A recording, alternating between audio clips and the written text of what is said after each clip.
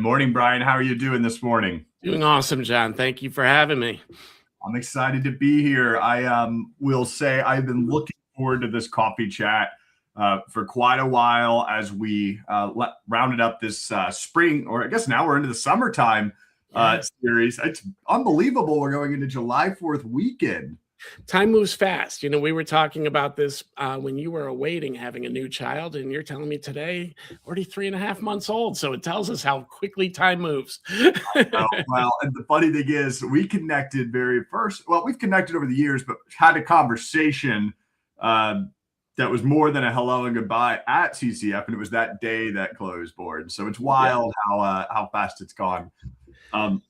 Good morning, Brad. Excited to see you. Ooh, sourdough toast and a coffee to get started. That sounds amazing. I'm excited to have you here today, Brett. Today's going to be a really, really good conversation, everybody. If you're in the audience, say good morning. Let us know what you're drinking and where you're joining us from. And I'm excited to have this conversation because, behind the scenes, Brian and I were talking a little bit, and I made the comment that success is the future of our industry. As we look at automation taking over a lot of the tasks, account management, vCIO practices are ever more critical. So if you are joining us today, tell us where you're at in that journey. Tell us if you've ever had a client ask about AI this year in your QBR. I'd be surprised if you haven't, but if you haven't, we have some tips for you today. And then also, let's talk about AI and let us know if these AI conversations have made your vCIO role harder or easier. Yeah. So I'm curious to dig into that today. Brian, most people know me if they've been on the show a time or two. I always like to get started with getting to know the person on the other side. And I don't mean hi, I'm Brian. I want to know your story. I want the 3 to 5 minute Brian Doyle story. Yeah. So, my story it starts with a long time ago, right? But all kidding aside, I'm one of those guys that accidentally fell into technology. So my goal was not a career in technology when I was trying to get there. I showed up in technology because the .com boom happened when I was early in my career. So at that point, there was an extreme shortage of people that were in the technology sector. I kind of was working in telecom at that point, which I guess is technology as well, but was a little bit different in that day and age. And and then all of a sudden crossed over to IT. And it was totally by accident, totally unexpected, and totally one of the greatest things that happened in my life. I've always been more from the business side of the house as opposed to the IT side of the house. I had to learn technology on the fly when that crossover happened. So it's very natural for me to have the business discussion. And that's really where my career has been rooted, is how do we kind of continue to move the customer along? I'm a consultant at heart, but I've provided services and product now throughout my career, and really learn what are the customer's needs and be able to map those solutions to bring them out. So I spent about 20 years in the MSP space. Started with launching my own MSP. We did that for about 8 years. We merged in with another data center concern where we were actually hosting some of our early cloud services. And that got me into the 24/7 bubble, really, and understood a little bit about that with some regional data centers. We had a successful exit there. And then I went as a hired gun to a more mid-market enterprise. Well, I won't say MSP, VAR. I was actually brought in to bring in that services layer, and we grew. We grew from, at that point, they were doing $30 million a year in VAR business, and we grew to about $65 million overall with services integrated in as well. And that was an eye-opener for me because it was really interesting to see kind of the difference between traditional small to mid-sized business managed services and then how the enterprise wanted to engage and build managed services. It was more offloading specific areas of their business. We had a large desktop refresh contingent at one of the major sports networks, kind of doing that type of work. And it became a managed service where we monitored and managed procurement and did all these things. So it really became a different approach. But what it really offered me was reach into true polished executives and how they wanted to be presented to. And those core spirits are what we basically brought into vCIOToolbox. I love it, man. This is why I like to know that story, because you and I have known, but I didn't know you. I did not know you had an MSP prior. It's great this is how we all started in the space, right? Like we all came from it. Yeah, I was, and I think it's important from the vendor side. If we weren't an MSP, how do we actually know what's happening on the ground floor? And those experiences really help us. Let's face it, we build products to solve the problems that we were facing. Yeah, I love it. I'm with you. Well, we're going to jump into those problems we're facing today and how they've shifted. Connor, great to see you. I hope the twins are doing well. It's good to see you today. Good to see you as well, Connor. I know. I always love me a good Connor. We've got some serendipitous life happenings that always keep us connected. Well, Finn is one of our favorite partners, and we got a lot of happy customers using their product. I love it. Yeah, well, they have the best shirts in the industry. Let's keep that very clear. They own that moat to vCIO. And pretty cool social media going on too. I know. They got a lot of cool things happening over there. And Brett, I love this statement.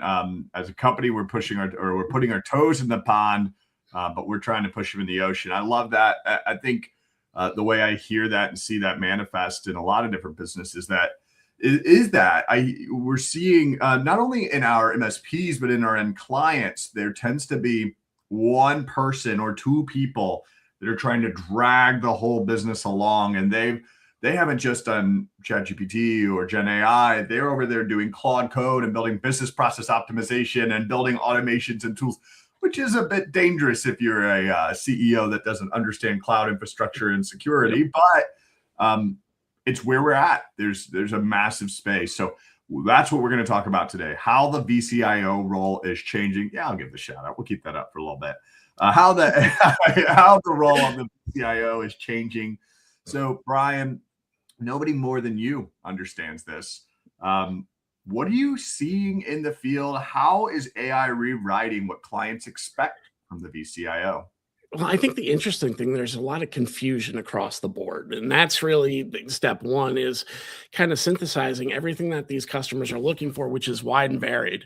And that's where I think the big change is going to happen with the vCIO. This is an enormous opportunity for them to take a bigger stance inside the business, get closer and grow that relationship, because the conversation goes beyond the technology. Now it's into the business process, where it should have been all along.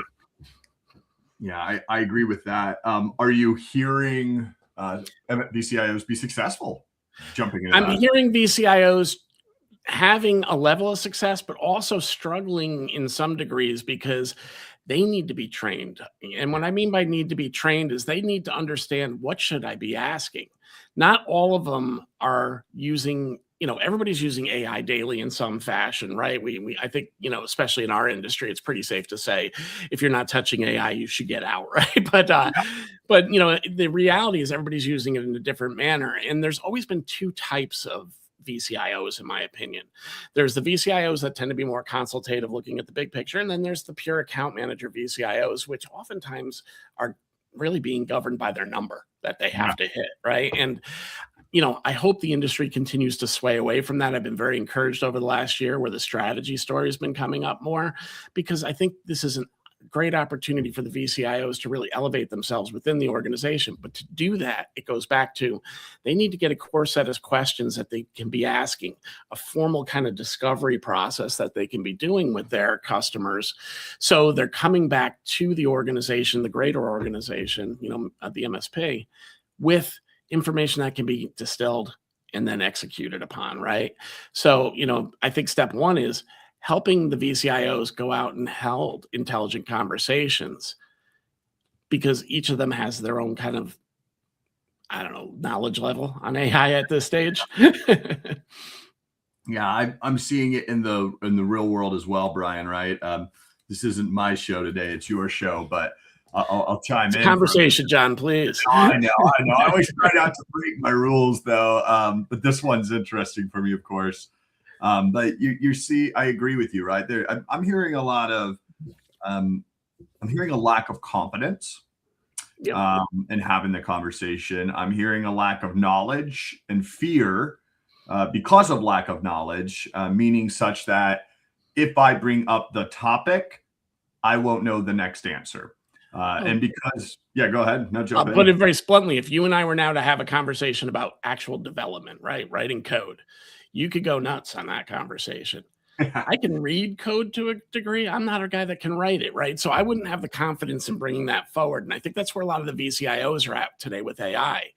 They understand it.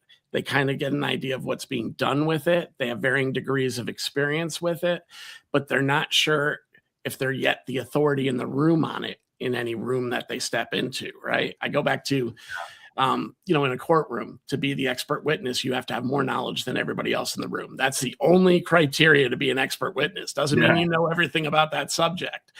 And I think a lot of vCIOs are feeling that they're walking into rooms where they're not the expert witness. Well, and that goes back to my point earlier, right? Where you've got the person they're talking to may have already gone off the deep end in Claude Code, and they're talking, and I say right now, the industry really is, we're in a reactive state. I don't say that. We all know that, I don't think that's a John statement. But when I look at the customer portfolio list, there's both an offensive and a defensive motion that needs to be ran right now. It's a offensive motion, so you do set the authority, and a defensive motion, so you can recover the authority when it comes to AI. But that doesn't happen if the account manager, the vCIO, doesn't have the confidence to have that conversation. And so maybe pick your brain there a little bit. Like, how are you seeing people build that confidence? Well, they're building. I think the first, it comes from leadership, right? I mean, I think inside each MSP, you have to kind of communicate downward where AI is going to fit into your portfolio, because not every MSP is ready to go take that story to the streets anyway, but we still need to be having those conversations at the vCIO level so we're prepared when it comes time. And the other thing is, I think they have to get the vCIOs a talk track, a discovery method, right? Inside of vCIOToolbox, not to pitch, but it's inside there. We do have an AI readiness assessment, both for that customer that's just starting the journey. And then when projects are identified, a project readiness assessment to really make sure that we're dotting the I's and crossing the T's before we embark on that project. And simply, if you take some of the questions we have there, they're not magic, they're out there in the marketplace too, and help the vCIOs at least understand what questions they need to ask and what reasonable responses to those questions might be, so they know whether or not a customer is really ready to take action. One, they're not going to overinflate the opportunity, because if there's no budget, as an example, there's no budget. Or if leadership is not part of the conversation, it's not like an employee 3 levels down can roguely build this, environment and get support from the MSP doing it. Correct. So, they need this talk track to really get in there and comfortably ask questions, even if they don't know the answers, to be able to, to do that. And I go back to my early career. I said I was not an MS or an IT guy coming in. I didn't even know memory, a motherboard, and storage was needed to build a server when I started. Was that green. But I was given a talk track, so at least in meetings, I could ask some questions, get feedback. And even if I didn't know the answer, the most powerful thing to say is, I don't know that answer. Let me get somebody that can answer it for us. Yeah, I agree. I think that's probably one thing that, it combines, that statement right there combines a little bit with what Brett said here. I think we feel the need to be an expert, but no one is quite an expert. And I would argue that's a very good point, right? Like, look, I may know a lot about AI and have spent a lot of cycles focusing on it, but I really only began my journey in, December of 20, where are we at here? 4. So, I only began a couple of years ago. So the only reason I'm an expert is because I've spent a little bit more time, but I wouldn't even call myself an expert. I would say in general, like, I'm just a step ahead of the majority of the people, which is where we as leaders need to be with our clients. Well, so, I mean, if you use that concept of you need 5,000 hours at anything to be an expert, and you start in December 24, theoretically, now you work crazy hours, but theoretically, it'd be tough to get 5,000 under your belt at this point. I don't know. Now you got me cooking math over here. It's probably pretty close. I'm probably. Well, you think about it, a 40-hour work week a year is about 2,000 hours, right? So 2 years would be 4,000 hours. Throw another 10,000, another 1,000 on top for your OT, and you'd be just, bumping up against the limit. But the point is, none of us are experts because we still got time to learn it. Fable 5 went live again today, and now we all have to learn what that's going to mean and how that's going to change the things that we've already created. I know. Already been cooking. Yeah, it was great. We had that hit of Fable 5 a couple of weeks ago, and we got it operationalized in like 2 hours, and then we got taken away. So it feels good to be back on Fable 5 and Sonnet 5. Sonnet 5.0 also came out yesterday. Little token min-maxing around there too. But sorry, I could nerd out on that topic. No, and it's all good, man. It's a whole hour episode. So I want to jump into the second segment here, building AI into the strategy. So how do you go into the conversation and talk about AI readiness without overpromising, especially if that account manager or vCIO isn't an expert? So let's start with, we've always had this concept that MSPs should be building an office of vCIO. It's never been meant to be just a person's role. One of the things we like to do at MSPs is go, okay, you're now the vCIO, John. Go get them, and you're responsible for everything. But really, it should be a top-down approach. vCIO is the quarterback. They're getting the information in, they're advocating, and then they're passing the ball to the people that need to take it to the next level. So when you start looking at how to get that conversation going and really get engaged with the customer, it's without, I think you're in our pre-notes, we talked about overpromising. It's really the vCIO's got to go out there and understand, what are they doing with AI today? Are they just using generative capabilities? Have they gone as far as building apps? Where do they sit in that pendulum and come back with that understanding of what they've done to share with the greater team? Now you can get some groupthink going around it and say, what can we actually deliver and what can't we deliver in this process? And that's really where the vCIO's got to take control and be confident with that. I don't know the answer yet. Let me go find it conversation, not overpromise in that first meeting going, hey, AI is cool. It can do everything. We could do that for you. And I think it starts, really at that level, come back, have a team that's going to be responsible for AI within your organization, and make sure that team's talking about opportunities before they become realities. Yeah, I think that it's important to have a build subject matter expertise, whether it's in your account management roster or in your technical roster, to be able to really understand what's being committed when they walk into those rooms. Seeing where AI is headed, I get fearful in this world where people are going into custom agent space. Yeah. I don't think it's a bad space. I just see Microsoft Scout, OpenClaw, and Hermes doing it autonomously and get fearful of like where the world's headed when it comes to custom agentry. Yeah. And so if those sentences didn't make sense, that's probably why you need a subject matter expert around AI, because with the autopilot era, I can see what next year looks like. I can tell you what and it looks like.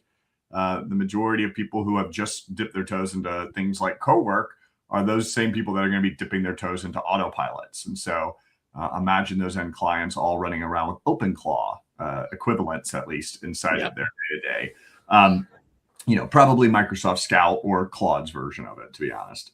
But that's the kind of stuff you've got to get there. So how are you leading how are leading vCIOs using AI to sharpen their own conversations? And I'm not talking about like talking AI to client now. I'm just talking, how are they using AI? No, well, I mean, again, I come back to, this is a huge opportunity for the vCIO to elevate their game.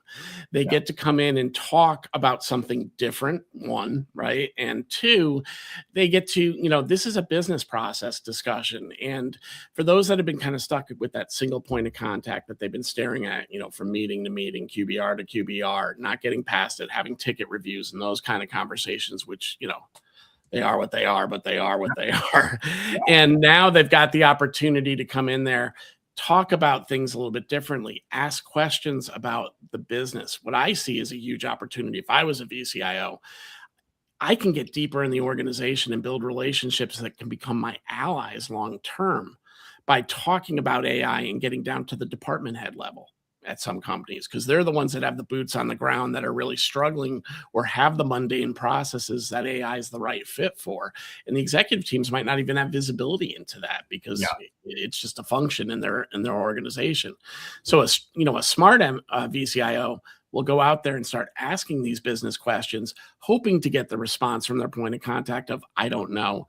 And then asking, well, how can we set a follow-up meeting where we can talk with those individuals to get there, and then start building those deeper relationships.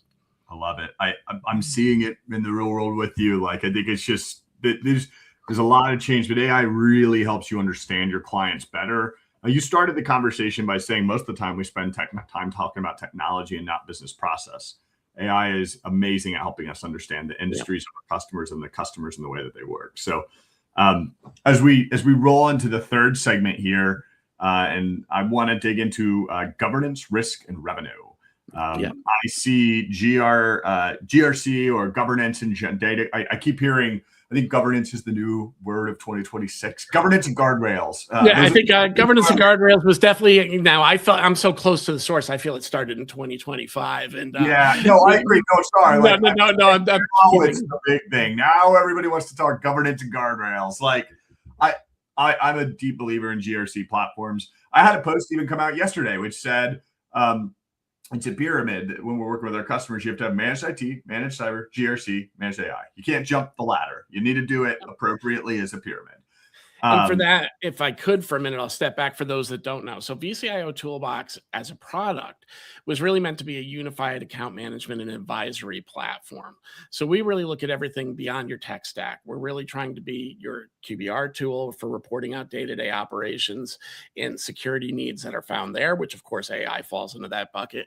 And then we have our Cybrance governance, risk, and compliance product that's really meant to do traditional GRC work. Manage risk registers, frameworks, vendors, and be able to do that. And I only share that for context to what I'm going to say now. You know, governance is a huge part of the story. Governance is a huge opportunity with AI because when you get past that initial project, it needs to be maintained for all the things that we've already talked about, the changes that are going to happen down the line that need to be addressed, things like, you know, accuracy drift, compliance gaps, shadow AI, and incident exposure. These are all things that can be built as a service for the MSP that falls into that governance bucket. So, you know, there's a huge opportunity. I mean, this is no different than what we've been selling for years. You sell a project and then you go support it, right? And build a recurring revenue stream. But we're at an inflection point now where we can deliver an AI project and now build new recurring revenue on top of what we're doing today. New recurring revenue that shouldn't be a struggle to go get. Yeah, I agree. I think very similar agreements here, but I want to push that a little further for those who maybe are more experienced in understanding on governance and how that can look like. Like when you talk about governance, I hear it in a few different spaces, like governance over the project. I hear data governance as a key thing. Like when you talk about tactically running a project and you say accuracy and drift and shadow AI, is that the buckets, or are you talking governance against a framework? Or sorry, I'm always talking. Yeah, I always talk governance against a framework, right? Just where my mentality is. So I'm looking at the big picture, but you're spot on. It's along the way. You've got to have these little processes. You can't enter into a good IA project unless you have good data, right? And data governance is, and maybe data cleansing is the first step you have to do before you even embark on AI. But I guess where I'm really coming from is when you're in that project discussion, you got to be setting the table that this isn't a one and done thing. Mm-hmm. That once this project comes to life, there's going to be a requirement to maintain it, both for functionality, you know, capabilities will change, business need will change, right through how do we make sure it's secure, giving the right output, it's not biased, you know, all the other things that we talk about around that. And of course, security is always number one. Yep, I agree. I think that is probably where, when we see opportunity the highest, it's the project itself is TBD, because the project itself sometimes varies, right? Like, you know, sometimes you can convince them to do it the right way, and sometimes through hell or high water, they don't want to listen and they want that custom agentic automation as their entry point. You know, I think that is, again, a dangerous river to row, but it is not my business. So I agree, though. I think accuracy and drift, shadow AI is obviously a space I spent a lot of time on. I spent 5 years doing shadow IT, so it's a world I very much believe in. I want to then get into kind of some of these last questions before we go to the rapid fire wrap up. I know we're getting to the 30-minute mark, but there's always a little wiggle room. Yep. Let's jump into, like, what's the first AI move that you would recommend to a vCIO who hasn't started? And I'm going to throw one little caveat, because my answer to that would be very cop-out. It would be start the conversation, but I'm sure you have something a little bit more. Well, I mean, look, start the conversation is the easy cop out, because that is really probably where most vCIOs are today. But let's assume we've already started the conversation. Understand where the value expectation is for the customer. So you've had these conversations. I think each and every one of us can go into a business and probably find a dozen things that AI can help, but you got to prioritize ruthlessly. So if I'm an MSP, I would say to myself, where are the best 3 projects that have the most value expectation, whether that's efficiency, productivity, or return on investment from a dollars and cents standpoint. Take those 3 projects and then present those as potential options to the customer. The rest ultimately becomes your portfolio pipeline down the road. And now you're able to kind of start building a plan for AI and a defined rollout, which will be controllable. We were just talking about your startup before we got into this conversation. If you try to do it in a day, you're not going to succeed. But if you've got a very defined path to where success should live, it becomes much easier. Yeah, I mean, the definition of success is the critical point before any project should really kick off, period, whether it's AI or cyber or anything. But and I think that's a crucial point you just hit there. This is no different than what we've been doing. It's just a new technology, but it's also happening at a faster rate. Yep, I like it. I agree with you here, Brian. I always like to ask this question before going into the roundup. We talked about quite a bit. I've got a nice little show of notes to write up for our recap tomorrow. Help me understand one question, or rather, let me frame it this way. What is one question I didn't ask you today that you'd expect me to have asked? Well, I think it's how does this get managed over time, right? Because when you think about the vCIO seat, the instant things you think about is, hey, we're bringing a roadmap to a customer. We need to build a strategy. And I think really what the vCIO needs to think about is, how do I plan for the long game in my AI conversations, knowing I might not know what's coming next. And it's really looking at that customer, and I kind of touched upon it already, building that long-term funnel of what potential AI projects are there, measuring where each one is, understanding where the value expectation can be for the company, and then integrating it into your traditional roadmap. These aren't separate things.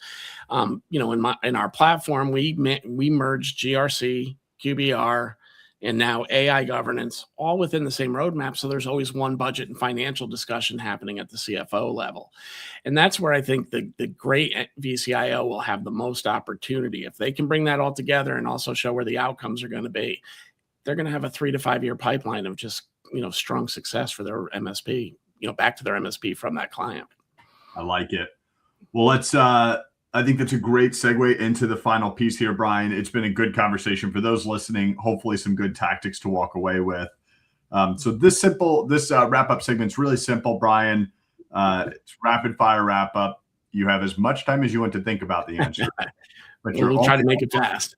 Yeah, but you're only allowed 1 sentence. So it's impossible for me, but I put it on to all of my guests. I struggle with that too. Let's talk about one AI promise vCIOs should stop making. Should stop making that this is going to change everything in your business. I like it. One AI question every client shouldn't be asking, but isn't.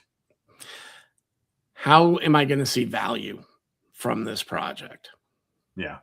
I think a lot of people jumping out there and just saying, I want AI because my competitors have it. AI on the roadmap, revenue driver or table stakes? Can I say both? I think today it needs to be integrated in, as I just said, as table stakes, but then it needs to be driving revenue back to us. vCIOs who ignore AI get replaced by ones who don't. True or false? Absolutely true. There is a whole new breed of AI consultants coming in looking for the same business as you. Will AI shrink or grow the vCIO's role? Oh, it should grow it. I know. It's a freebie. We've touched on that. Yeah, I know. It's a freebie. And to round out the segment before we say goodbye to everybody, finish this sentence. AI belongs on your roadmap when the client's looking to be more efficient and remove the mundane. I love it, Brian. I'm so grateful to have you here today. Great seeing you here, Ryan. Wonderful time. I will have a write-up for everybody tomorrow with all the notes on all the learnings we had. Brian, close the show. I'll hand it off to you for a goodbye and how people can get hold of you. Yeah, John, thanks as always for having me, join you today. You can find us at vCIOToolbox. Feel free to book .com. Feel free to book a demo. Feel free to, get a trial of the system if that's something you're looking to do. In terms of hitting me directly, LinkedIn's always the best place for that. Just look me up on LinkedIn, follow me, connect with me, or send me a direct message, and I'll be happy to answer any questions that you might have. Wonderful. Brian, I agree. I do need better mugs. I have some fun mugs, but I might need to get a logoed mug at some point. All right. Cheers, everybody. Hope you have a wonderful Thursday and a wonderful 4th of July weekend. Yes, Bye. best to all of you. Enjoy the weekend.